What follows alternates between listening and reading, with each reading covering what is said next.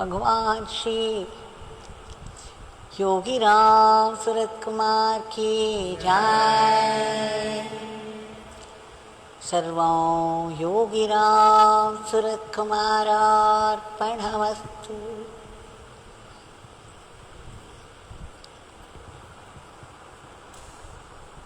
Another fortune, one more fortune, everyday fortune. This huge shower of grace from Bhagwan that we are able to gather here in His powerful shrine and sing His powerful name. And we have offered the Nama lotuses at His feet in humble servitude.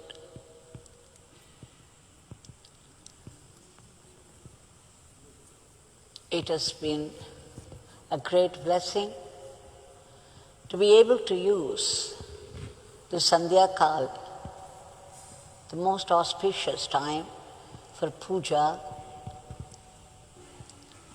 dhyana and sadhana of any kind,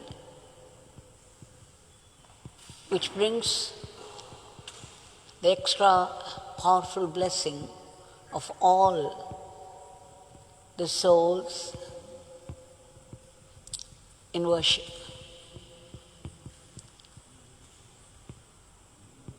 Now,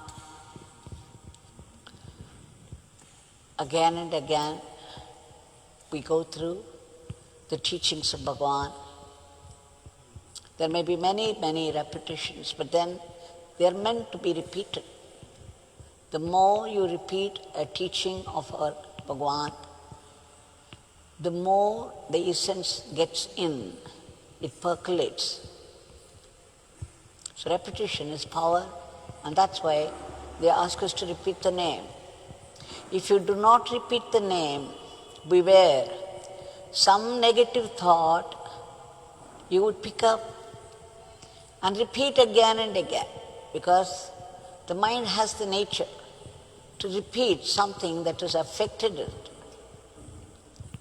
And then the repetition of a single thought, if it happens to be negative at that, you know what happens? It begins to rule us, and it takes over our entire life. So it's better to repeat the divine name. Each one of them is a great fortune of power for us. It makes our daily life easier, comfortable, and divine. Now, Bhagwan has taught us only two things mainly: to chant the name ceaselessly, if possible, and to do seva, the Guru Seva, with a smile on our face, with a kind word. And we have to do it as an offering to our Bhagwan. Even a little movement of your little finger, if you connect it with our Bhagwan as an offering to Him, would bear fruit. That is the wonderful thing about sadhana. This manobhav, they call it, meaning the attitude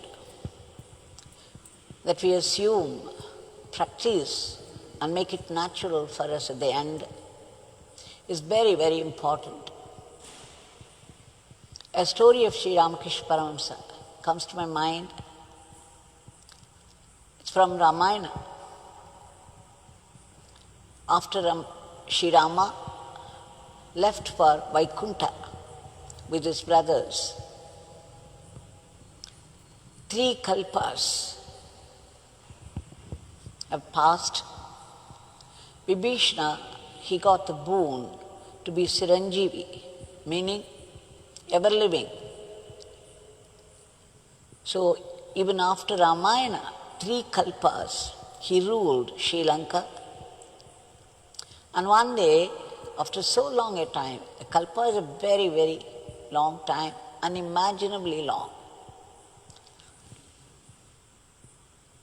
One day, a human being, by the huge waves of the sea, was landed on the shore. Now suddenly, all these demons, they got very excited because the person was still alive. Naturally, he was tired and probably unconscious, but he was there. And to all the Rakshasas, the Asuras, who were seated in the court, the king's court, had a wonderful imagination. They thought, okay, today we would have something very special on our dinner table. A new taste, a new dish. But then, as soon as Vibhishana heard that a man has landed on the shore, you know what he thought? Vibhishana is a great bhakta of Sri Rama. It is Sri Rama who gave him the kingdom. The coronation was done by Sri Rama. So, the minute he heard a human being, a man, had landed on the shore, immediately his mind began to soar high. He said, oh, Sri Rama had taken the human form, and he ever lives in my heart. And today, someone with that form has landed here. And to him, it looked like the coming back of Sri Rama himself. So with folded hands, the king of Sri Lanka ran to the spot, received this man, treated him well, invited him to the palace, and he worshipped him. Can we believe it?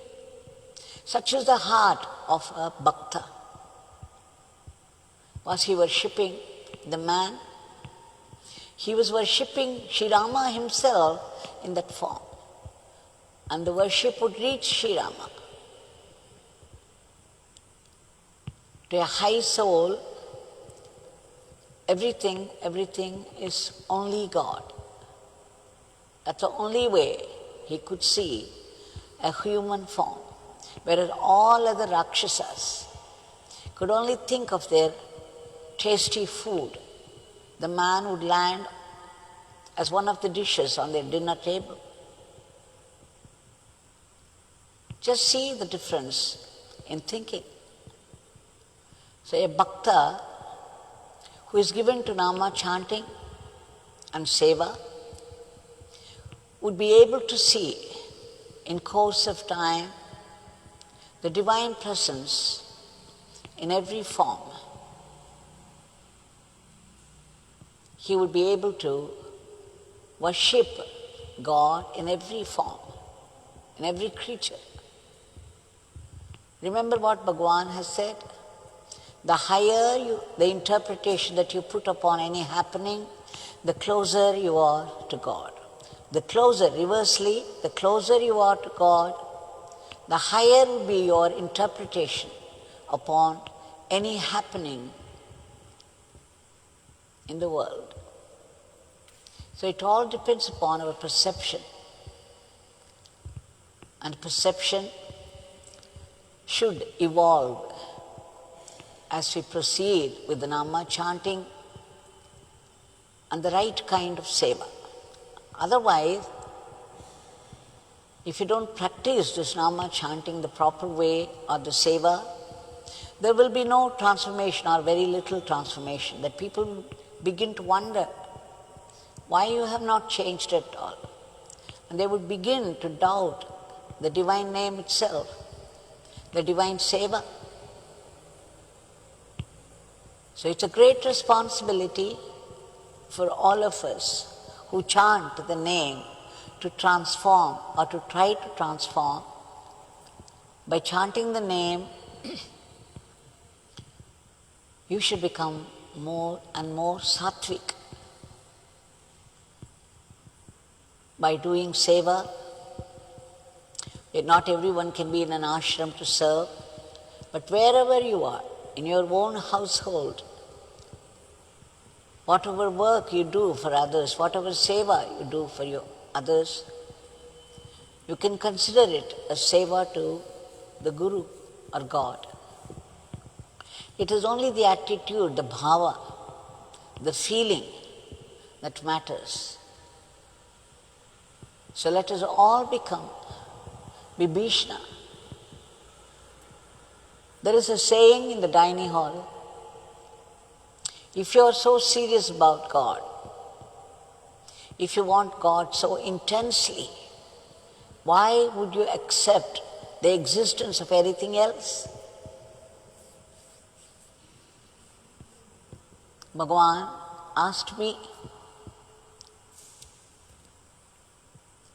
So I began to understand that unless you begin to see only God in everything and in everyone, you cannot become an universal being.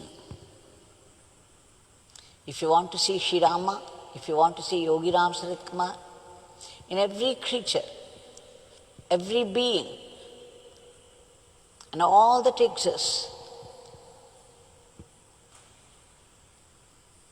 this is the fastest way to reach God.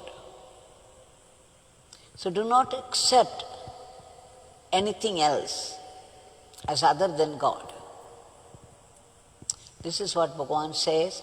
So let us learn to understand everything in a higher way.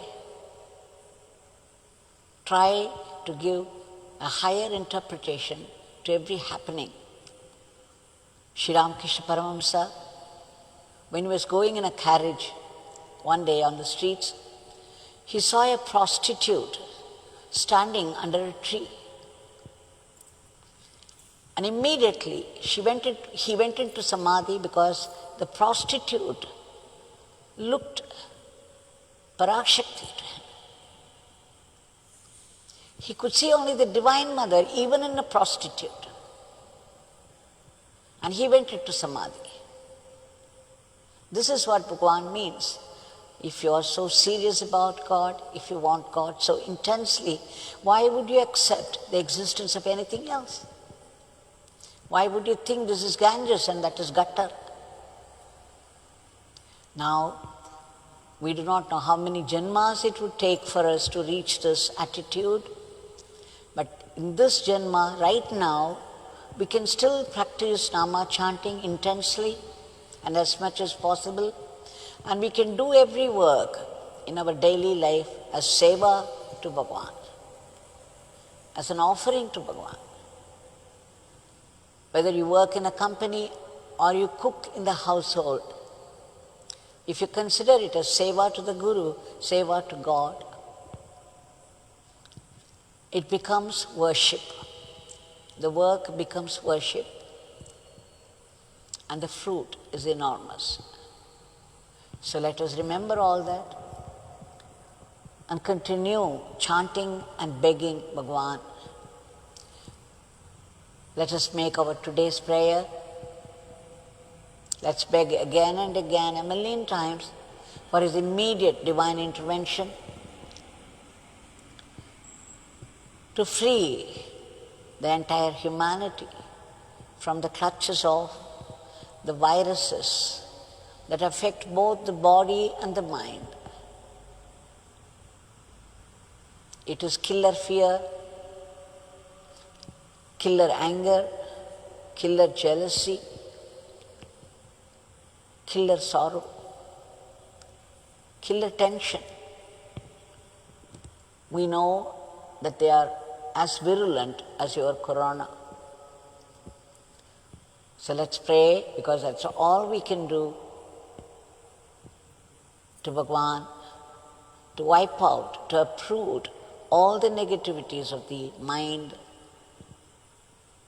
and all that afflicts the body. Let us beg again for all those people, selfless people, who work for others, unmindful of their own discomfort and against all challenges of life. Bhagwan, please give them protection and all-round welfare.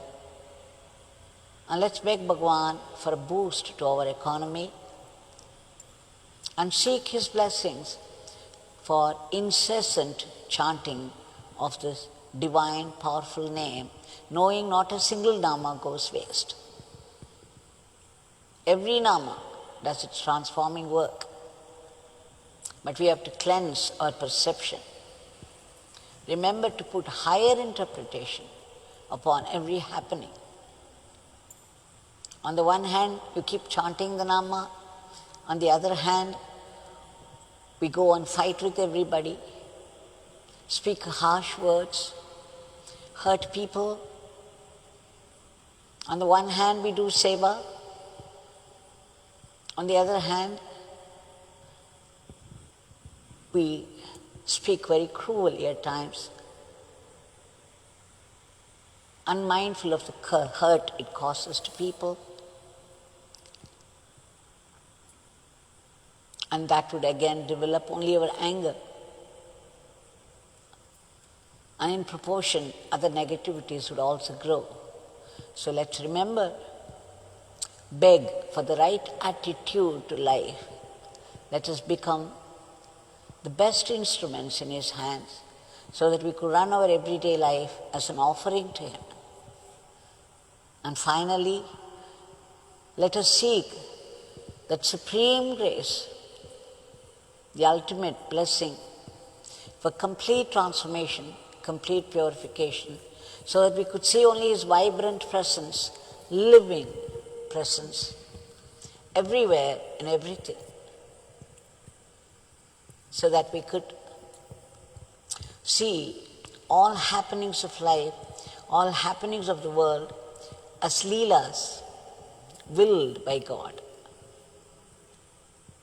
so that we could see, even in the agonizing experiences, even in great agony,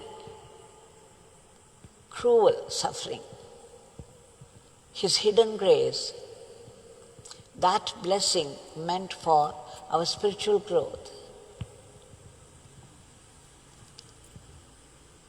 We have to pray for that, otherwise it's not possible. Let us pray and pray and pray with nama chanting for that eternal living in God, the eternal entity. Jai Yogiram Saratkumar.